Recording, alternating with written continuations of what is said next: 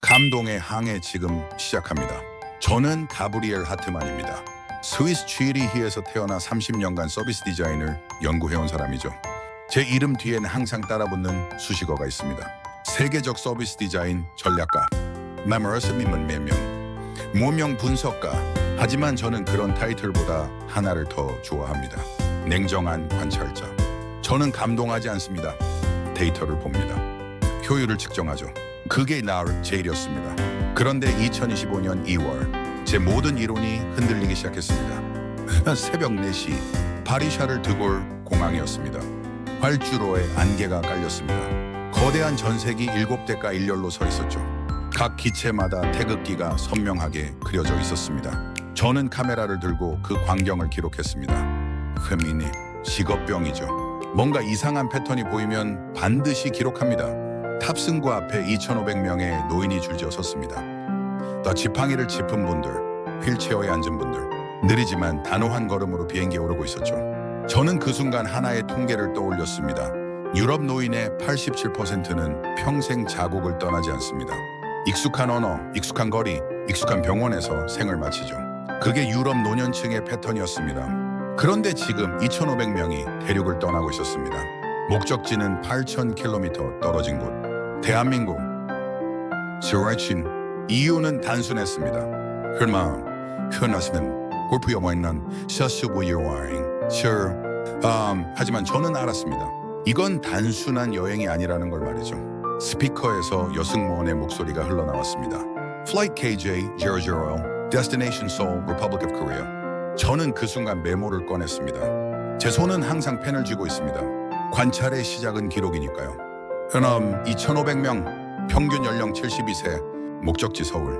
패턴 이상, 비행기들이 굉음을 내며 하나씩 떠올랐습니다. 저는 그 광경을 끝까지 지켜봤습니다. 7대가 모두 사라질 때까지 말이죠. 기욤에 나와서 넌 그리고 결심했습니다. 나도 가봐야겠군. 저는 항공권을 예약했습니다. 같은 날 오후편, 목적지는 동일하게 인천국제공항. 제 직감이 말하고 있었습니다. 뭔가 중요한 일이 벌어지고 있다고 말입니다. 11시간의 비행 끝에 도착한 곳, 인천국제공항이었습니다. 비행기 문이 열리는 순간 저는 눈을 크게 떴습니다. 도착 게이트 앞에 하얀 로봇이 미끄러지듯 다가왔습니다. 부드러운 목소리가 흘러나왔죠. Bienvenue, monsieur. Allez, monsieur Hartmann. 인천에 오신 것을 환영합니다. 제 이름을 불렀습니다. 저는 잠시 멈춰 섰습니다. 파리 공항에선 욕설이 들렸습니다. 직원은 피곤한 얼굴로 손짓만 했죠. 하지만 여긴 달랐습니다. 미소로 작동하는 시스템이었습니다. 출입국 심사대 앞에 섰습니다. 줄이 없었습니다. 자동 게이트가 일렬로 서 있었고 사람들은 조용히 차례를 기다렸죠. 제 차례가 왔습니다. 여권을 스캔했습니다. 쌈소. 통과됐습니다. 저는 시계를 확인했습니다. 파리에선 평균 30분이 걸리는 일이었습니다. 여긴 3초였습니다. 10배의 효율. 아니, 이건 효율의 문제가 아니었습니다. 수화물 찾는 곳으로 이동했습니다. 대형 스크린에 제 캐리어가 실시간으로 움직이고 있었습니다. 위치 추적, 도착 예정 시간까지 표시됐죠. 저는 작게 웃었습니다. 이건 기술이 아니야. 배려의 설계군. 짐을 찾고 밖으로 나왔습니다. 공항 천장이 높았습니다. 햇빛이 유리를 통해 쏟아져 들어왔죠. 저는 천천히 고개를 들어 천장을 바라봤습니다. 빛이 반사되며 거대한 성당처럼 번지고 있었습니다. 저는 그 순간 깨달았습니다. 이곳은 단순한 공항이 아니었습니다. 문명의 조율이 이루어지는 공간이었습니다. 택시를 탔습니다. 미워이야. 기사가 정중하게 인사했습니다. 어디로 모실까요? 서울 도심으로 부탁합니다. 차가 출발했습니다. 도로는 반듯했습니다. 신호등마다 숫자가 전멸했죠. 셀, 역, 오, 사, 샘. 저는 작게 중얼거렸습니다. 시간조차 예의 바르군. 차창 밖으로 고층 빌딩들이 지나갔습니다. 질서정연한 도로, 깨끗한 거리. 저는 카메라를 꺼내 기록하기 시작했습니다. 제 손은 멈추지 않았습니다. 호텔에 도착했습니다. 체크인을 마치고 방으로 올라갔죠. 창문을 열었습니다. 서울의 야경이 펼쳐졌습니다. 불빛들이 반듯하게 이어져 있었고 저 멀리 한강이 빛을 머금고 흐르고 있었습니다. 저는 그날 밤 잠들지 못했습니다. 30년간 연구해온 모든 이론이 흔들리고 있었습니다. 효율 시스템 디자인, 그 모든 단어들이 새롭게 정의되고 있었습니다. 저는 노트를 펼쳤습니다. 그리고 적었습니다. 이곳에서 무엇을 발견하게 될까? 저는 다음날 아침 일찍 호텔을 나섰습니다. 목적지는 명동이었습니다. 관광객들이 가장 많이 모이는 곳이죠. 저는 사람들의 움직임을 관찰하고 싶었습니다. 도시의 진짜 모습은 번화가에서 드러나니까요. 지하철을 탔습니다. 계단을 내려가는데 놀라운 광경이 펼쳐졌습니다. 사람들이 한쪽으로만 걷고 있었습니다. 반대편은 비워뒀죠. 급한 사람을 위한 공간이었습니다. 저는 멈춰서 그 광경을 바라봤습니다. 파리 지하철에선 불가능한 일이었습니다. 개찰구를 통과했습니다. 카드를 대니 즉시 문이 열렸습니다. 있죠? 플랫폼으로 내려갔습니다. 전광판에 열차 도착 시간이 표시됐죠. 3분 20초. 정확했습니다. 3분 20초 후 열차가 도착했습니다. 저는 시계를 확인했습니다. 오카예로 완벽한 정시였습니다. 문이 열렸고 사람들이 질서정연하게 탑승했습니다. 프라이 밀치는 사람이 없었습니다. 큰 소리를 내는 사람도 없었죠? 저는 그 순간 깨달았습니다. 이건 규칙이 아니었습니다. 명동에 도착했습니다. 거리는 사람들로 붐볐습니다. 하지만 혼란스럽지 않았죠. 모두가 자신의 방향으로 움직이고 있었지만 충돌은 없었습니다. 저는 카메라를 들고 그 흐름을 기록했습니다. 이 사람들은 어떻게 이렇게 움직이는 거지? 점심시간이 되었습니다. 식당에 들어갔습니다. 작은 한식당이었죠. 메뉴판을 보는데 주인 할머니가 다가왔습니다. 처음이세요? 처음입니다. 그럼 이거 드세요. 비빔밥이요. 외국분들이 좋아하세요. 할머니는 미소 지으며 주문을 받았습니다. 5분 후 음식이 나왔습니다. 이 색깔이 선명했습니다. 빨강, 초록, 노랑, 하얀 밥. 저는 젓가락을 들었습니다. 첫 입을 떠먹는 순간 저는 눈을 감았습니다. 맛이 복잡했습니다. 달고 짜고 매웠죠. 하지만 조화로웠습니다. 하나의 그릇 안에 모든 게 균형을 이루고 있었습니다. 저는 천천히 씹으며 생각했습니다. 이 나라 사람들은 조화를 아는군. 식사를 마치고 계산대로 갔습니다. 할머니가 물었습니다. 맛있었어요? 네, 정말 훌륭했습니다. 다음에 또 오세요? 더 맛있는 거 해드릴게요. 저는 가게를 나서며 고개를 돌렸습니다. 할머니는 여전히 미소 짓고 있었습니다. 저는 그 순간 깨달았습니다. 이건 장사가 아니었습니다. 오후가 되었습니다. 저는 편의점에 들어갔습니다.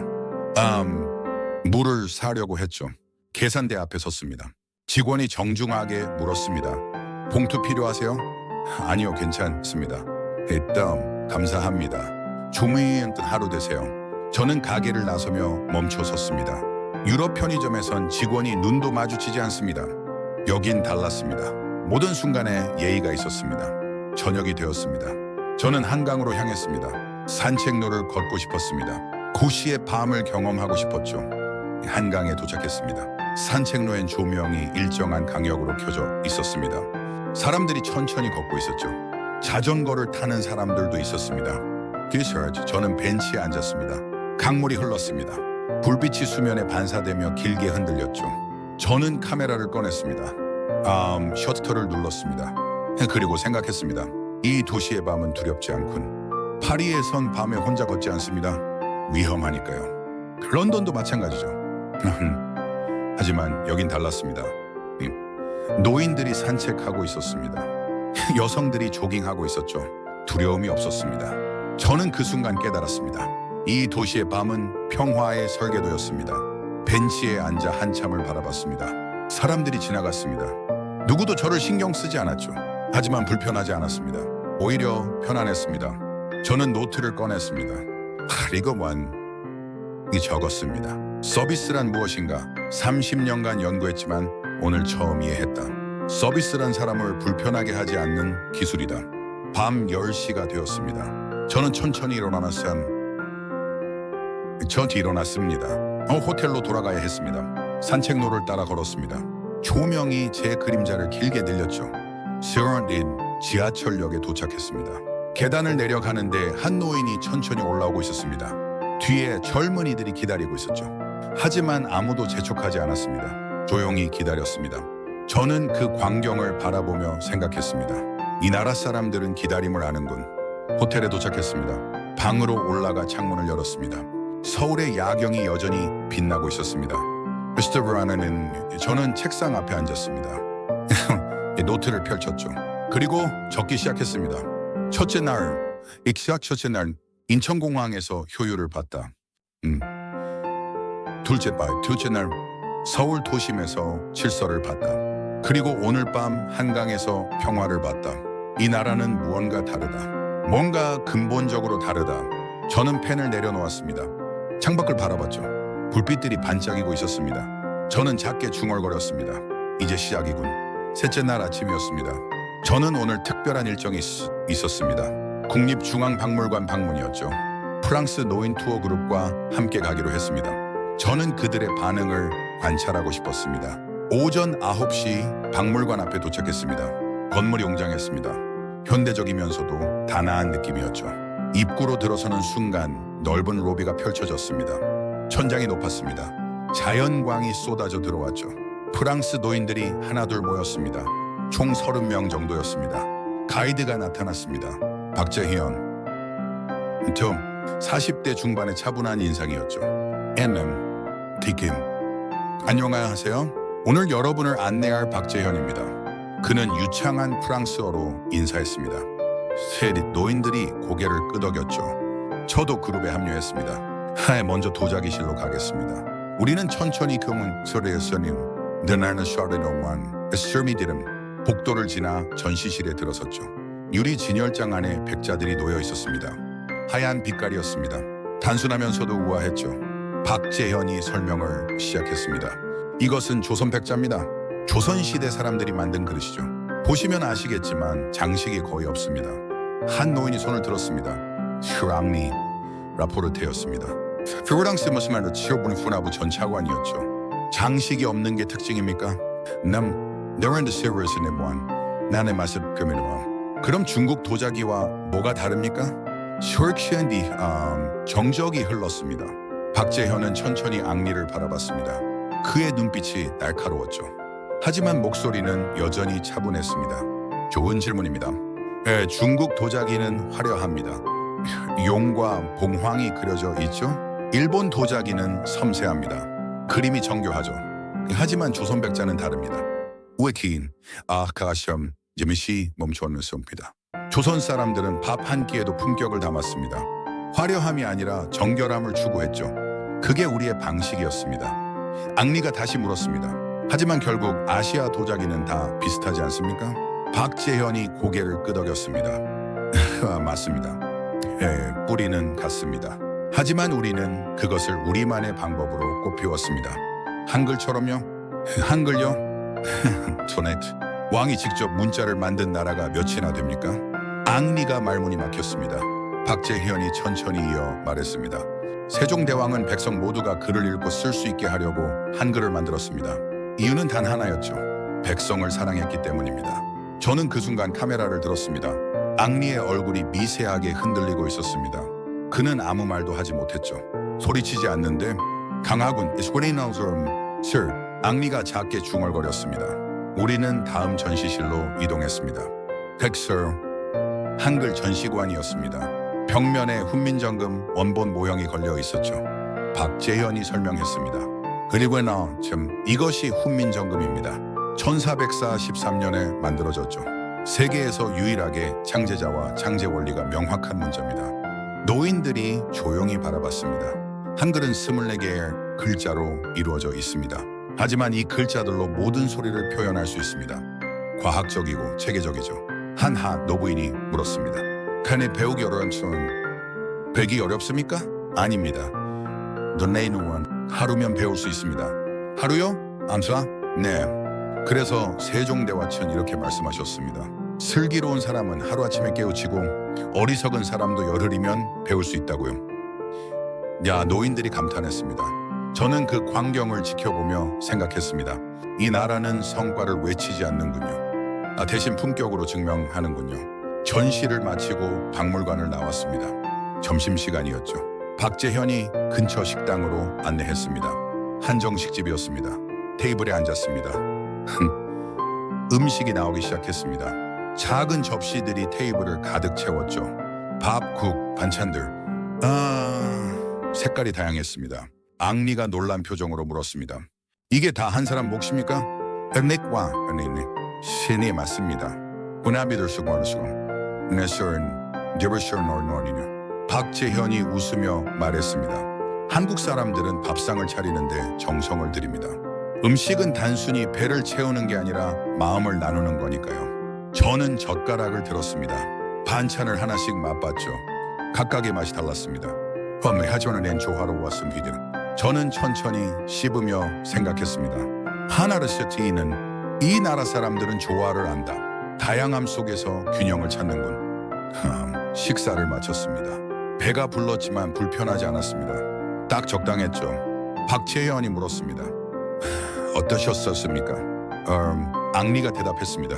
훌륭한 코리 요리는 훌륭했습니다. 프랑스 요리와는 완전히 다르지만 품격은 동일하군요. 박재현이 고개를 끄덕였습니다. 감사합니다. 그 품격 좋은 채로 음포더연이십니다. 저는 그 대화를 들으며 카메라를 들었습니다. 앙리의 얼굴에 존경의 빛이 어려 있었습니다. 저는 셔터를 눌렀죠. 오후가 되었습니다. 투어가 끝났습니다. 저는 호텔로 돌아왔습니다. 방에 들어가 노트를 펼쳤죠. 슬그넷 그리고 적기 시작했습니다. 셋째 날, 넷째 날, 국립중앙박물관에서 품격을 봤다. 이 나라는 소리치지 않는다. 화려하게 꾸미지도 않는다. 하지만 강하다. 조용한 자존심. 그것이 이 나라의 언어다. 저는 펜을 내려놓았습니다. 창밖을 바라봤습니다. 서울의 하늘이 푸르렀습니다. 저는 작게 중얼거렸습니다. 이 나라는 뭔가 다르다. 툰출넥번 에어쇼네난 근본적으로 다르다. 넷째 날이었습니다. 저는 오늘 제주도로 떠났습니다. 프랑스 노인 투어의 메인 일정이었죠. 골프 투어였습니다. 저는 솔직히 기대하지 않았습니다. 골프장은 어디나 비슷하니까요. 오전 8시 김포공항에서 비행기를 탔습니다. 1시간 만에 제주에 도착했습니다. 공항을 나서는 순간 바람이 불었습니다. 따뜻했습니다. 공기가 달랐죠. 저는 깊게 숨을 들이마셨습니다. 버스가 기다리고 있었습니다. 우리는 골프장으로 향했습니다. 창밖으로 푸른 바다가 보였죠. 저는 카메라를 들고 풍경을 담았습니다. 30분 후 골프장에 도착했습니다. 잔디가 푸르렀습니다. 끝없이 펼쳐진 초록빛이었죠. 프랑스 노인들이 하나둘 버스에서 내렸습니다. 무려 80세 전후였습니다. 지팡이를 짚은 분도 계셨죠. 캐디들이 대기하고 있었습니다. 한 명당 한 명씩 배정됐습니다. 저도 캐디를 배정받았죠. 이름은 김미소였습니다. 20대 후반쯤 돼 보였습니다. 오늘 함께할 김미소입니다. 가브리엘입니다. 잘 부탁합니다. 골프 자주 치세요? 아니요. 관찰하러 왔습니다. 김미소가 웃었습니다. 그럼 오늘 좋은 것 많이 보실 거예요. 우리는 카트를 타고 1번 홀로 향했습니다. 바람이 시원했습니다. 저는 주변을 둘러봤죠. 모든 게 정돈돼 있었습니다. 3번 홀에 도착했을 때였습니다. 갑자기 비명이 들렸습니다. 몽주. 저는 고개를 돌렸습니다. 옆 홀에서 한 노인이 가슴을 움켜쥐고 있었습니다. 비핀쇼 피에르였습니다. 80세 남성이었죠. 김미소가 즉시 무정의를 잡았습니다. 3번 홀 응급 상황. 80대의 남성 가슴 통증. 저는 시계를 확인했습니다. 오전 10시 23분 45초. 제 손은 자동으로 움직였습니다. 관찰자의 본능이었죠. 무정의에서 응답이 왔습니다. 확인했습니다. 3분 내 도착합니다. 3분이라고요? 저는 귀를 의심했습니다. 파리에선 구급차가 50분 걸립니다. 런던은 40분이죠. 그런데 3분이라니요? 시간이 흘렀습니다. 1분, 2분, 2분 58초. 사이렌 소리가 들렸습니다. 구급차가 잔디를 가르며 달려왔습니다. 저는 시계를 다시 확인했습니다. 2분 58초. 약속한 시간보다 빨랐습니다. 구급차 문이 열렸습니다. 의료진 2명이 뛰어나왔습니다. 움직임이 정확했습니다. 군더더기가 취약한 시험에 뭐너시로 나눈 의식 있습니까? 쓰고 있다던 넨 안쓰럽니다. 가슴 어디가 아프십니까? 피에르가 왼쪽 가슴을 가리켰습니다. 의료진이 즉시 심전도를 부착했습니다. 네, 산소 마스크를 씌웠죠. 모니터에 수치가 떴습니다. 심근경색 초기 의심, 시어아치션 제코시 소닝 한민나다. 저는 카메라를 들었습니다. 에테노아나마나 셔터를 눌렀죠. 제 손이 떨리고 있었습니다. 가이드 장마리가 프랑스어로 통역했습니다. 심장마비 초기 단계입니다. 지금 병원으로 이송합니다. 피에르가 들것에 실렸습니다. 과수차가 출발했습니다. 시원은 얘는 시계를 신어 확인했습니다. 도착부터 출발까지 4분 12초. 믿을 수 없었습니다. 김미소가 제 옆에 섰습니다. 괜찮으실 거예요. 병원이 가깝습니다. 얼마나 걸립니까? 15분이요. 저는 고개를 끄덕였습니다. 하지만 마음은 복잡했습니다. 유럽에선 이런 상황이 곧 죽음을 의미합니다. 구급차를 기다리는 동안 시간이 흐르니까요. 골프는 중단됐습니다. 우리는 클럽하우스로 돌아왔습니다. 노인들은 불안한 표정이었죠. 저도 마찬가지였습니다. 한주님 30분이 지났습니다. 장마리의 전화가 울렸습니다. 우마 그녀가 통화를 마치고 우리를 바라봤습니다. 피에르 씨 상태 안정됐습니다. 스텐트 삽입 성공했대요. 노인들이 안도의 한숨을 쉬었습니다. 저는 멍하니 앉아 있었습니다. 응급 상황 발생부터 수술 완료까지 1시간 54분 22초. 제 노트에 적힌 시간이었습니다. 유럽에선 불가능한 일이었습니다. 저녁이 되었습니다. 우리는 피에르를 면회하러 병원에 갔습니다. 그는 침대에 누워 있었죠. 얼굴에 혈색이 돌아와 있었습니다. 어떻게 지내십니까? 살았습니다. 이어워시시 이 나라 덕분에요. 피에르가 작게 웃었습니다. 프랑스였으면 어땠을까요? 아마 못 살았을 겁니다. 구급차 오기 전에 죽었겠죠. 앙리가 그의 손을 잡았습니다. 이제 괜찮습니다. 당신은 살아있습니다. 저는 그 광경을 카메라에 담았습니다. 노인들의 얼굴에 감사의 빛이 어려 있었습니다. 저는 셔터를 누르며 생각했습니다. 시스템이 생명을 구했다. 병원을 나왔습니다. 밤이었습니다. 저희 하늘에 별이 쏟아지고 있었죠. 저는 호텔로 돌아와 방에 들어갔습니다. 책상 앞에 앉았습니다. 노트를 펼쳤죠. 그리고 적기 시작했습니다. 넷째 날. 이 제주에서 기적을 봤다. 아니 기적이기 아니다. 준비된 시스템이다. 유럽에선 응급 상황이 운에 달려있다. 하지만 이곳에선 계획에 달려있다. 3분 안에 구급차가 도착한다. 15분 안에 병원에 도착한다. 이 1시간 안에 수술이 끝난다. 이건 행운이 아니다. 설계다. 저는 펜을 내려놓았습니다. 창밖을 바라봤습니다. 제주의 밤은 고요했습니다. 하지만 제 머릿속은 시끄러웠죠. 30년간 연구해온 모든 이론이 흔들리고 있었습니다. 효율이란 무엇입니까? 시스템이란 무엇입니까? 서비스란 무엇입니까? 저는 이제 알 것 같았습니다. 그것은 사람을 살리는 것이었습니다. 베닌니 5째 날 아침이었습니다. 저는 제주에서 서울로 돌아왔습니다. 하지만 다시 오늘은 이 세월에 머물지 않았죠. 퍼니셔너 새로운 목적지가 있었습니다. 전주였습니다. 프랑스 노인 그룹은 전통 문화 체험을 원했습니다. 저도 함께 가기로 했죠. 솔직히 말하면 저는 회의적이었습니다.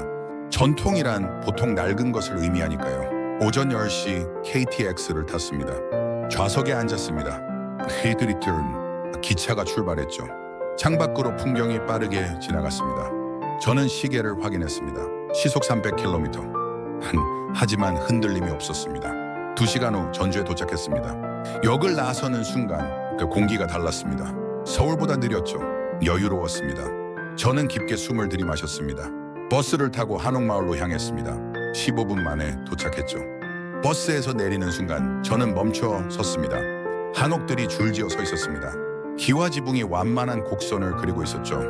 나무 기둥이 단정했습니다. 화려하지 않았습니다. 하지만 품격이 있었죠. 제 남 아름답군요. 앙리가 중얼거렸습니다. 내 버릇은 이스카니를 리얼 말씀이san죠. 네, 아름답습니다. 저도 대답했습니다. 우리는 아시노아 한옥 체험관으로 들어갔습니다. 신발을 벗었습니다. 마루에 올라섰죠. 나무 바닥이 따뜻했습니다. 온돌입니다. 가이드가 설명했습니다. 바닥 아래로 따뜻한 공기가 흐릅니다. 한국의 전통 난방 방식이죠. 노인들이 감탄했습니다. 저도 놀랐습니다. 바닥이 따뜻하다는 게 이렇게 편안할 줄은 몰랐습니다. 방으로 들어갔습니다. 사도 체험이 준비되어 있었죠. 낮은 테이블이 놓여 있었습니다. 우리는 방석에 앉았습니다. 다도 선생님이 등장했습니다. 50대 중반의 차분한 여성이었죠. 안녕하세요. 오늘 여러분과 차를 나눌 이선희입니다. 시리는 로나르드 그녀는 천천히 움직였습니다. 주전자에 물을 부었죠. 스르나브르나와 찻잔을 데웠습니다. 차를 우렸습니다. 모든 동작이 느렸습니다. 하지만 정확했죠. 차는 서두르면 안 됩니다. 천천히 기다려야 합니다. 이선희가 말했습니다. 급하면 맛이 쓰고 느리면 맛이 순합니다. 저는 그 말을 들으며 생각했습니다. 서울은 빠른 도시였습니다. 하지만 전주는 느린 도시였죠. 같은 나라인데 속도가 달랐습니다. 차가 준비됐습니다. 이선희가 찻잔을 건넸습니다. 건너르리시아 저는 두 손으로 받았죠. 따뜻했습니다. 한 모금 마셨습니다. 고소했습니다. 난이 쓰지 않았죠. 목으로 넘어가는 순간 온몸이 따뜻해졌습니다. 저는 눈을 감았습니다. 어떻습니까? 이선희가 물었습니다. 평화롭습니다. 제가 대답했습니다. 차는 평화를 마시는 겁니다. 저는 찻잔을 내려놓았습니다. 창밖을 바라봤죠. 한옥 마당에 햇빛이 내리쬐고 있었습니다. 시간이 천천히 흐르고 있었습니다. 속도가 멈췄는데 시간은 흐른다. 이건 효율의 반대가 아니었다. 점심시간이 되었습니다. 우리는 한정식 식당으로 이동했습니다. 전통 한옥을 개조한 곳이었죠. 방으로 안내됐습니다. 테이블에 앉았습니다. 음식이 나오기 시작했죠. 작은 접시들이었습니다. 하지만 가짓수가 많았습니다. 전주는 음식으로 유명합니다. 세이두름 가이드가 설명했습니다. 특히 비빔밥이 유명하죠. 하지만 오늘은 한정식을 준비했습니다. 밥과 국이 나왔습니다. 반찬들이 테이블을 채웠죠. 저는 젓가락을 들었습니다. 한 접시씩 맛봤습니다. 간이 세지 않았습니다. 재료 본연의 맛이 살아있었죠. 저는 천천히 씹으며 생각했습니다. 이 나라 사람들은 과하지 않다. 적당함을 안다. 식사를 마쳤습니다. 배가 불렀지만 무겁지 않았습니다. 딱 알맞았죠. 식당 주인 할머니가 다가왔습니다. 맛있게 드셨어요? 네, 정말 훌륭했습니다. 앙리가 대답했습니다. 다음엔 아침에 오세요. 아침 해장국 해드릴게요. 해장국이요? 국물 몇 번 떠서 달걀 위에 부어요. 그럼 하루가 순해져요. 할머니가 웃으며 말했습니다. 저는 그 말을 들으며 멈췄습니다. 하루가 순해진다. 그 한마디에 모든 게 담겨 있었습니다. 음식은 단순히 배를 채우는 게 아니었습니다. 하루를 만드는 것이었죠. 오후가 되셨습니다. 우리는 한옥마을을 산책했습니다. 키시아원의 골목길을 걸었죠. 좁았지만 정갈했습니다. 기와 지붕 사이로 하늘이 보였습니다.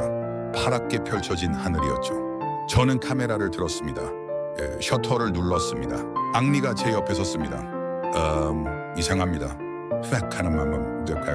서울은 빨랐습니다. 하지만 전주는 느립니다. 같은 나라인데 말이죠. 저는 고개를 끄덕였습니다. 맞습니다. 하지만 둘 다 완벽합니다. 어떻게 그게 가능합니까? 균형입니다. 제가 대답했습니다. 이 나라는 균형을 압니다. 포르르포노 느림, 빠름과 느림, 건울, 현대와 전통 둘 다 유지하는 겁니다. 앙리가 작게 웃었습니다. 차갑지 않은 미니멀리즘. 이런 단어가 있을까요? 한국엔 있나 봅니다. 저도 웃었습니다. 저녁이 되었습니다. 우리는 숙소로 돌아왔습니다. 드럼은 한옥 스테이였죠. 방에 들어갔습니다. 온돌 바닥이 따뜻했습니다. 저는 이불을 펼쳤습니다. 바닥에 누웠죠. 천장을 바라봤습니다.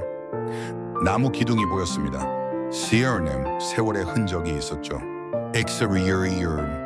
창문을 열었습니다. 방 공기가 들어왔습니다. 별이 보였습니다. 쏟아질 것처럼 많았죠. 저는 노트를 꺼냈습니다. 그리고 적기 시작했습니다. 5째 날 전주에서 느림을 배웠다. 서울이 속도의 미학이라면 전주는 느림의 철학이다. 이 따위로 시간은 양방향으로 흐른다. 빠를 때는 빠르고 느릴 때는 느리다. 그 균형이 이 나라를 지탱한다. 저는 펜을 내려놓았습니다. 창밖을 바라봤습니다. 별빛이 쏟아지고 있었습니다. 저는 작게 중얼거렸습니다. 이 나라는 시간을 지배한다. 6째 날 저녁이었습니다. 저는 서울로 돌아왔습니다. 전주에서의 이틀은 평화로웠죠. 하지만 서울의 밤은 달랐습니다. 헤이데이, 활기찼습니다. 호텔에 짐을 풀고 밖으로 나왔습니다. 산책을 하고 싶었죠. 저는 근처 공원으로 향했습니다.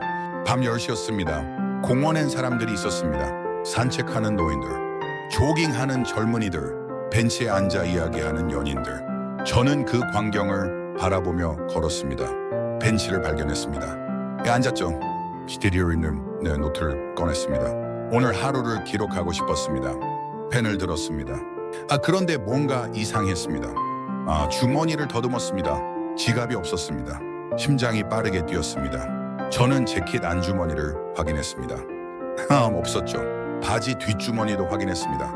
Sorry, 역시 없었습니다. 언제 잃어버린 거지? 정신이 없었습니다.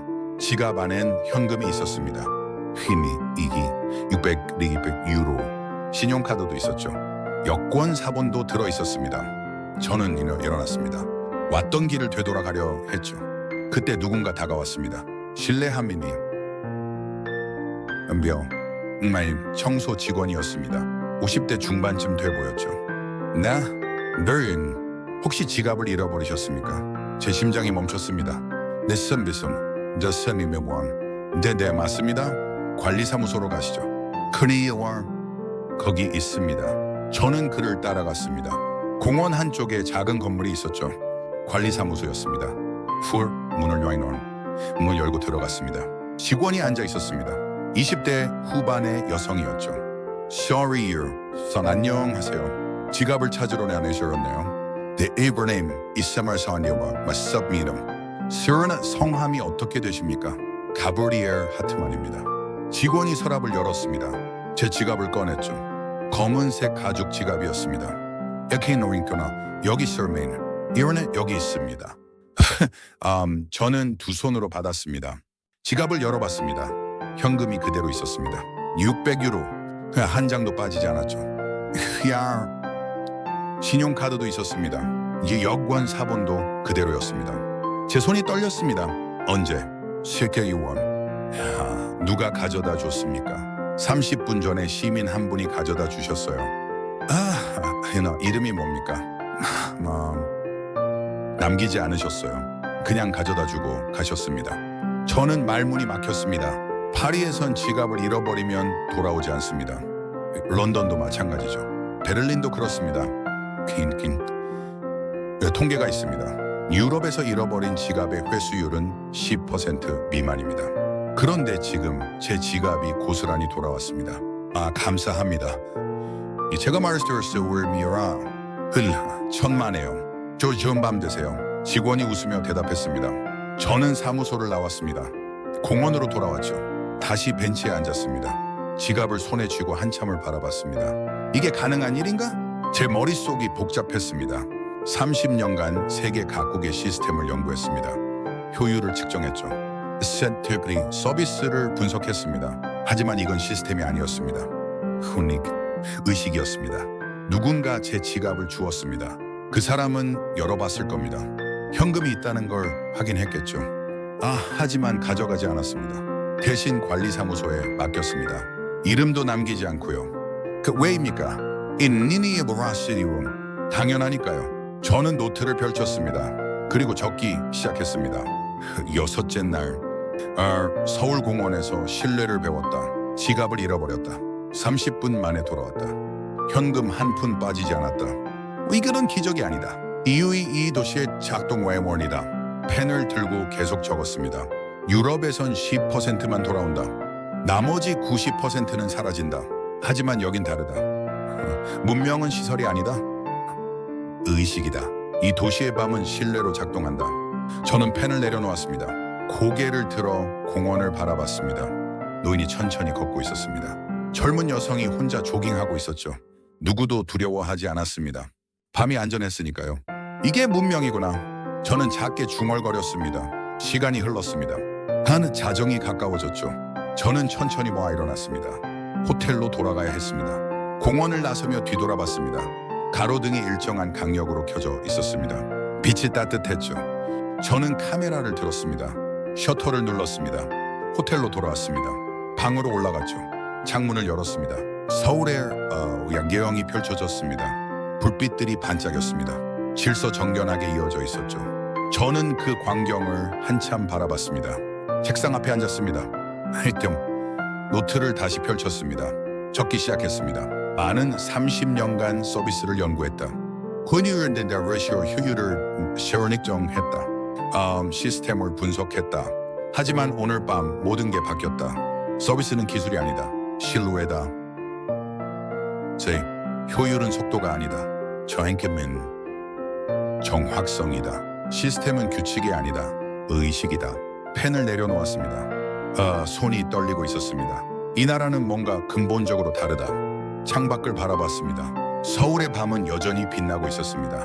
저는 지갑을 다시 한번 확인했습니다. 무게가 그대로였죠.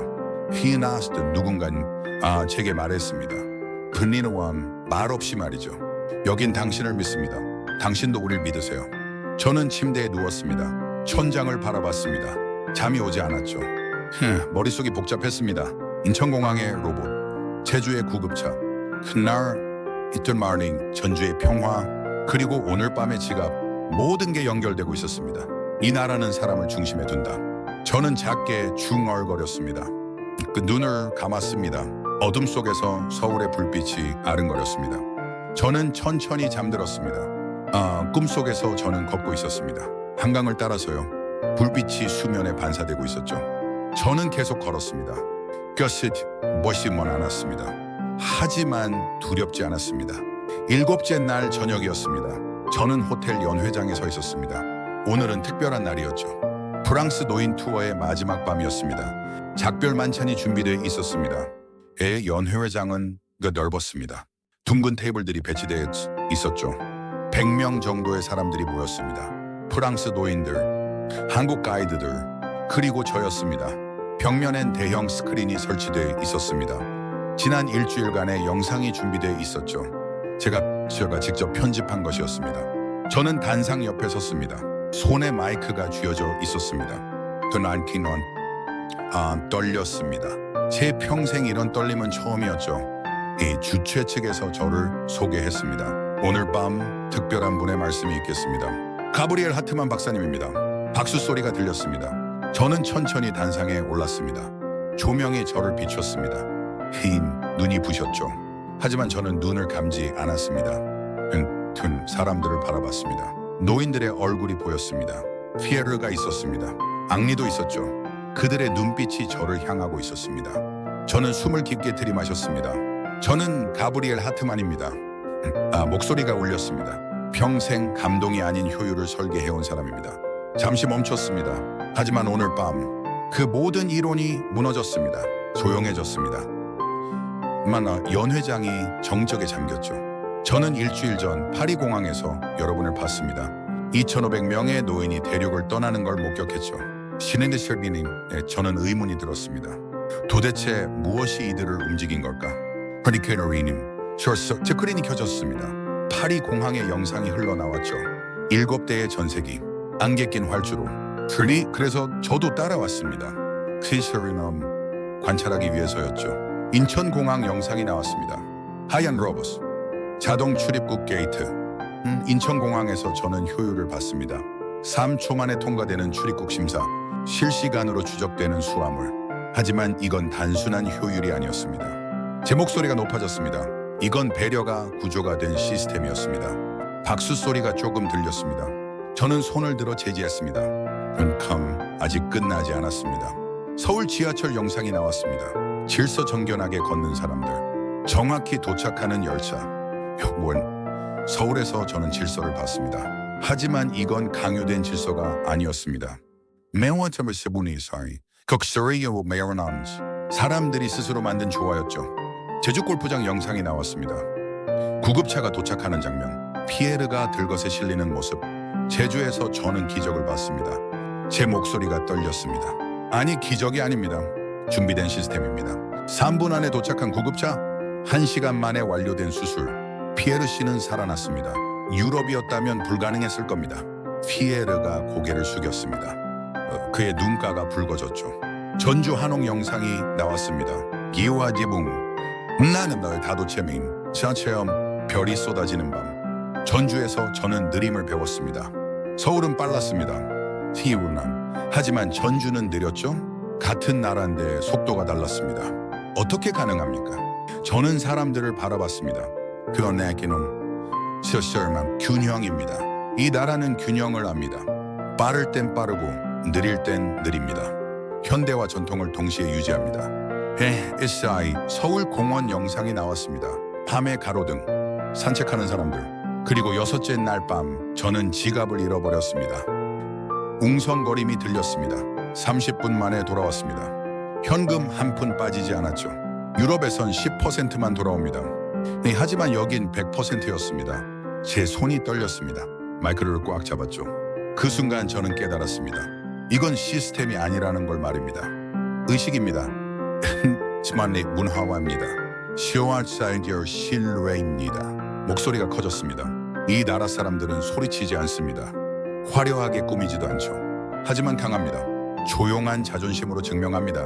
저는 테이블을 손으로 짚었습니다. 유럽은 오래된 시계를 닮았습니다. 때 멈추지 않지만 틀 속에 갇혀있죠. 한국은 달랐습니다. 매 순간 새로 세팅되는 디지털 시계처럼 사람의 온도를 기준으로 움직였습니다. 앙리가 고개를 끄덕였습니다. 저는 30년간 서비스를 연구했습니다. 하지만 이곳에서 처음 이해했습니다. 안테니노름 제 목소리가 떨렸습니다.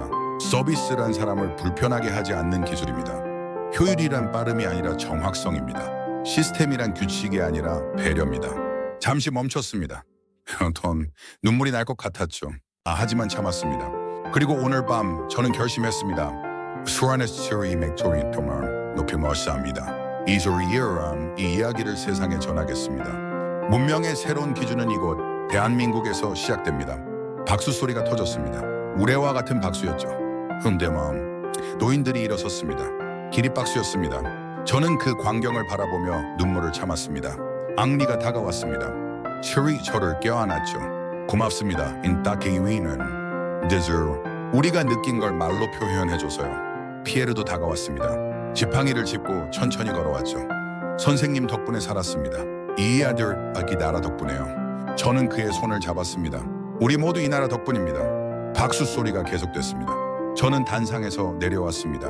사람들이 저를 둘러쌌죠. 하누라 악수를 나눴습니다.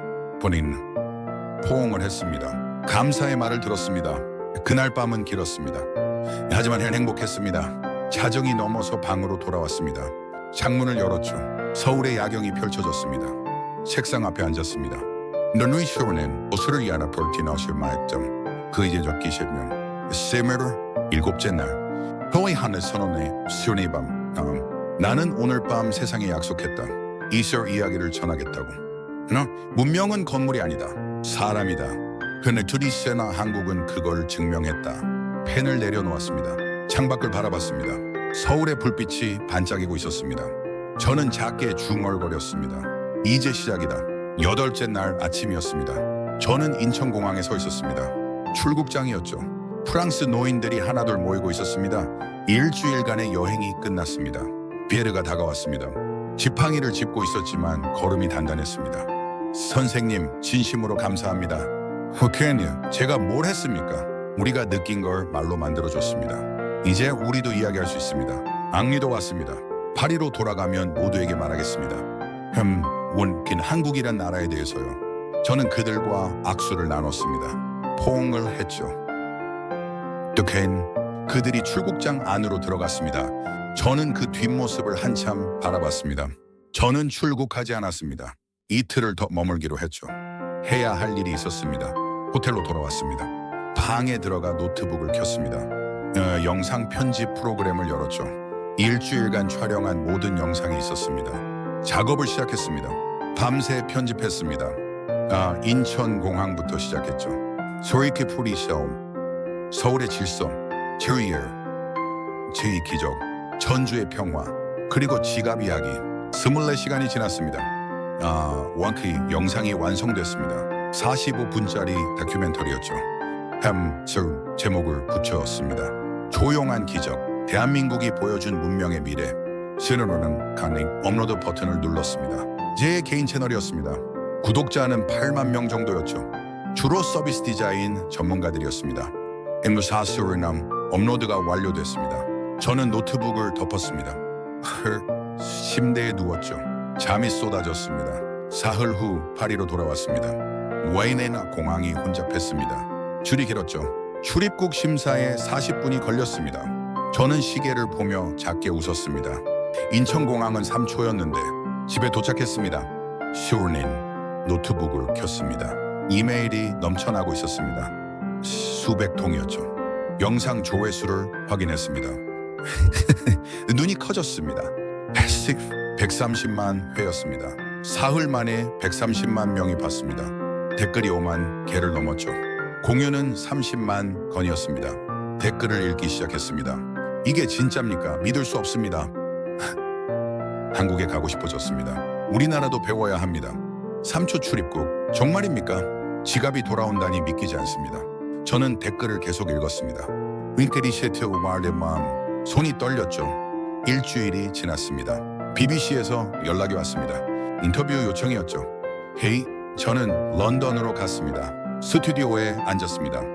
카메라간 저를 비추어 submitting. 진행자가 물었습니다. 박사님, 영상이 화제입니다. 정말 한국이 그렇습니까?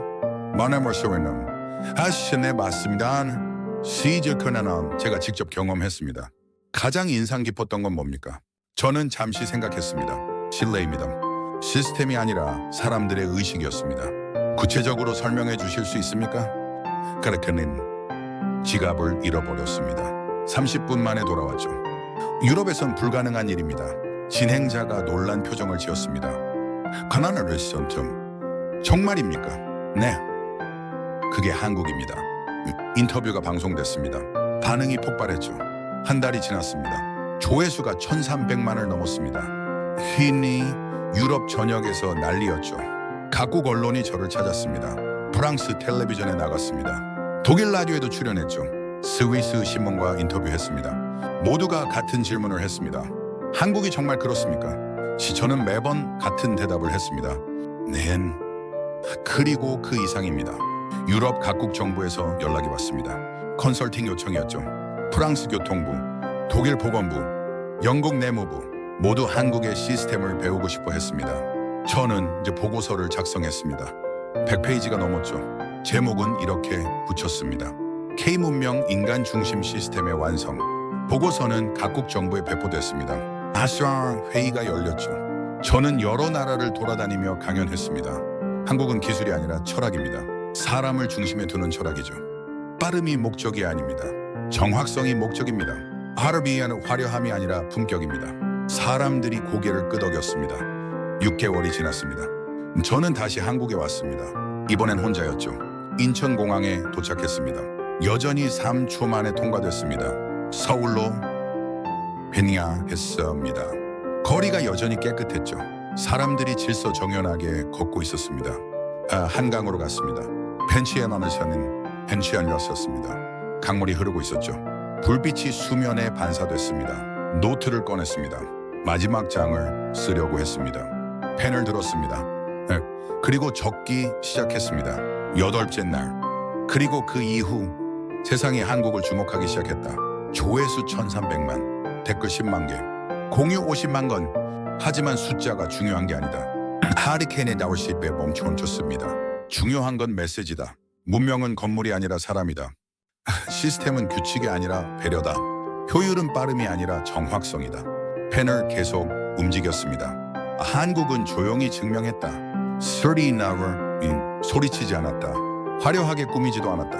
하지만 세상이 주목했다. 왜냐하면 진짜였기 때문이다. 그 마지막 문장을 적었습니다. 이제 문명의 나침반은 동쪽을 가리킨다. 그 방향에 대한민국이라는 이름이 새겨져 있다. 펜을 내려놓았습니다. 딱 노트를 덮어지무심 강물을 바라봤습니다. 불빛이 여전히 아름다웠습니다. 저는 작게 웃었습니다. 고마워. 하루의 물을 좀 쉐비던 따뜻한 바람이었죠. 저는 천천히 일어났습니다. 걷기 시작했습니다. 한강을 따라서요. 앞으로 갈 길이 보였습니다. 불빛들이 이어져 있었죠. 헤드님, 저는 계속 걸었습니다. 끝이 보이지 않았습니다. 하지만 두렵지 않았습니다. 허케인이요. 왜냐하면 이제 알았으니까요. 문명의 미래가 어디에 있는지를요.